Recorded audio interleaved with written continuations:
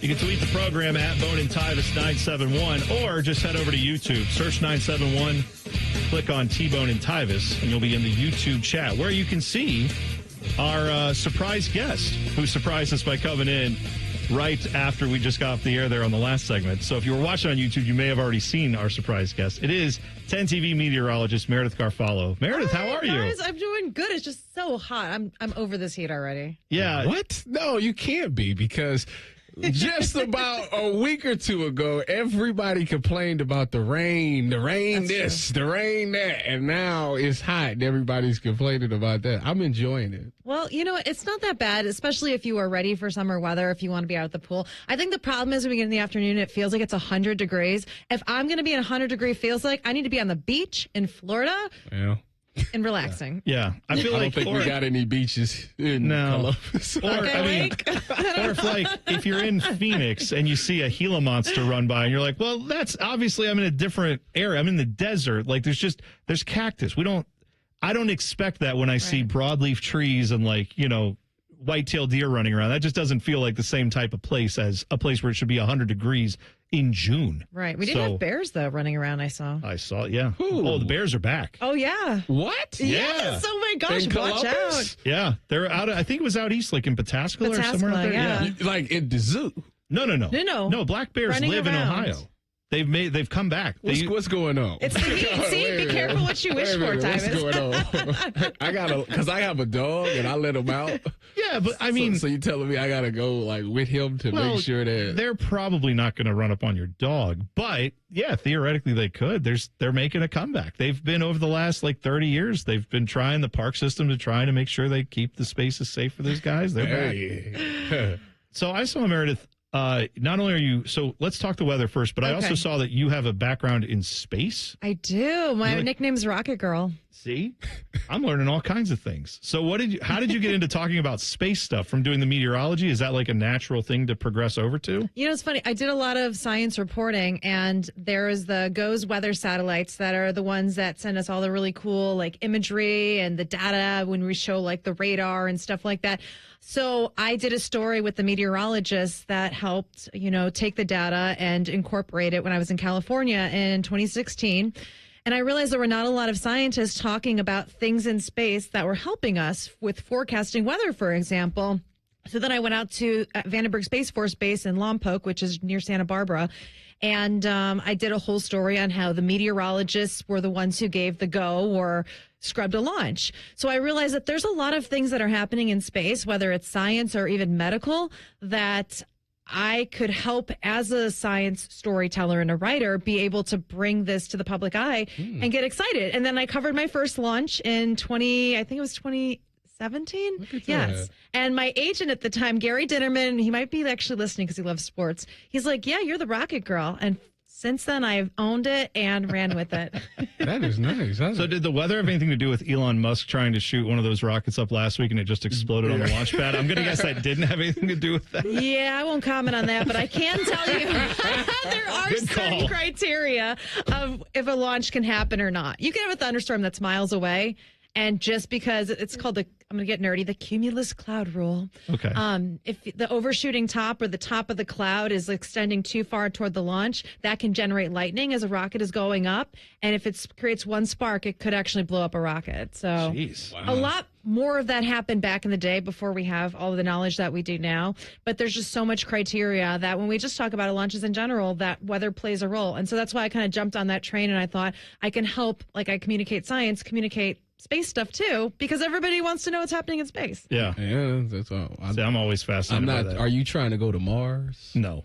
Do you want to go to Mars? I don't know about Mars, but I'll take a ride to space like Gayle King. Oh, yeah? Send me up. Wow. I would love to be the first female meteorologist in space. Do you count them as astronauts? You know, that's a really good question. I get that all the time. And I do have to be honest. Maybe they need a different term that differentiates between the actual astronauts that go through the years of training, because going to the edge of space versus actually being on the International Space Station, I mean, they are two completely different things. To me, that's the same as saying, well, I took a flight from here to Denver, so I'm a pilot. And it's like, no, I was on the plane, but I didn't have, the astronaut is a different thing where it's you actually are There's a lot more going on if you're trained as like a right. NASA astronaut, in my mind. I'm going to say, and you're earning it, just like a meteorologist, like somebody that is on the news that says weather forecaster doesn't have a degree. I went to school. I have a Bachelor of Science that makes me a meteorologist. Just because you give the weather from a sporting event doesn't make you a meteorologist. Right. And I do see that a lot. And it's like, I'm going to put my foot down there. There's a difference. Yeah, I can understand that totally. So as a meteorologist, tell us what happened. What's happening now? When do we think this breaks, and do we have storms coming now? Because I know if it's hot long enough, it seems like that's followed by some severe weather. Yes, and that is going to be a concern now starting today. And I know for a couple of days now it's been the heat. We had a couple isolated storms, I think, in Muskingum County and Coshocton. We did have an isolated severe thunderstorm warning. But now the heat's been building. And just like think about anything. You put a bunch of hot air in a balloon. Eventually, if it keeps building, it's going to pop. Same thing with now is we have these afternoon thunderstorms that are going to start popping pretty much every day between now and Monday. The problem is, as I've seen on the radar, is if they are too slow, we could also get some localized flooding. And if they get too strong, we could see potential for damaging wind gusts or some small hail. Now, not everybody's going to get a storm, but there is that potential now daily through the end of the weekend. Okay. So that won't affect people's 4th of Julys, though. It's actually looking to get closer to normal by the 4th, which is good. Okay. You know, it's pretty far out. I know there's long-range forecasts, but me comfortably, I feel like 2 to 3 days is my maximum because so much can change with the weather. And I know apps say they know what's going to happen, but we really don't because you could have a last-minute shift and we get no storms, or all of a sudden stuff starts firing up and we've got like 10 storms across central Ohio. Do you feel like you catch a couple strays every now and then from people who are like, the weather was wrong? And it's like, no, your phone app was wrong. The Correct. meteorologists were actually very dialed in on this, and we had it 95% right. We were pretty close. Look, science is still science. It's not perfect. And I'll say that. It's a challenge every single day, but we come out and we do the absolute best we can with the information that we've got. And yes, sometimes even the smallest shift in the weather can change the entire forecast. And these isolated cells, especially like we saw yesterday, as I mentioned, out east, you know, sometimes the ingredients in one area can be a little bit different. Topography can influence weather. And so when we're saying there's scattered thunderstorms, we're not saying widespread rain like sometimes when it's for hours. When we're saying isolated or scattered, not everybody in the viewing area is going to get a storm. Yeah. You know what? You said not perfect. You said that things are not perfect. You made me think of the Cleveland Browns, and I know that you are a huge Cleveland Browns fan. So when you look at the season, one, do you have an opinion who you want to start at quarterback? Because that's like the hot topic. I'm wacko for Flacco.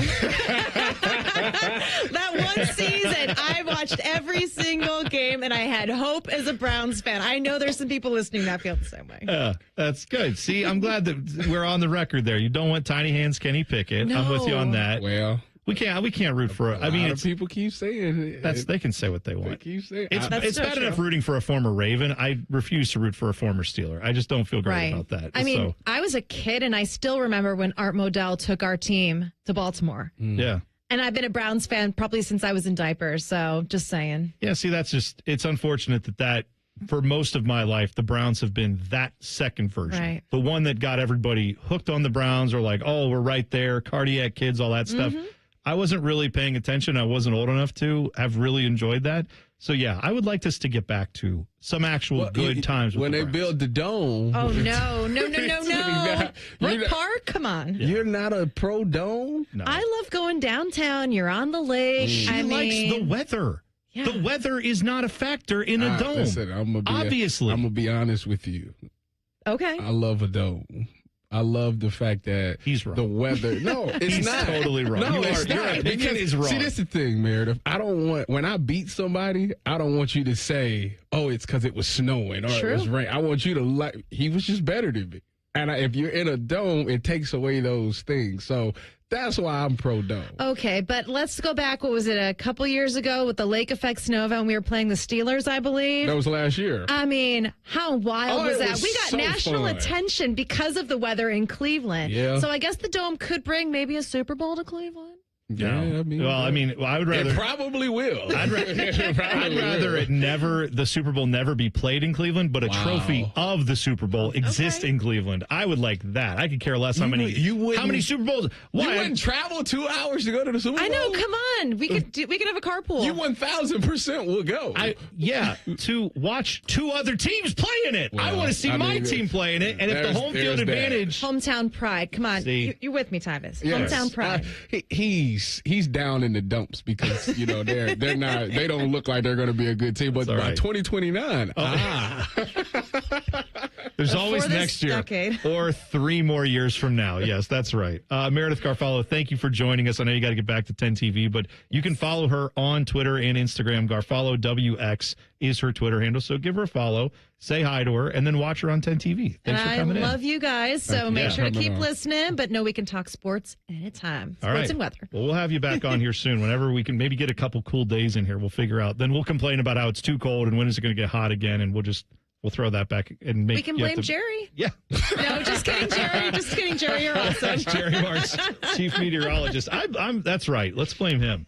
Sorry, Jerry. Thank you, Meredith, for coming in. College basketball legend acknowledges what we all know: the NBA is better than college basketball. I'll tell you who said that next. T-Bone and Tyvis on the Fan.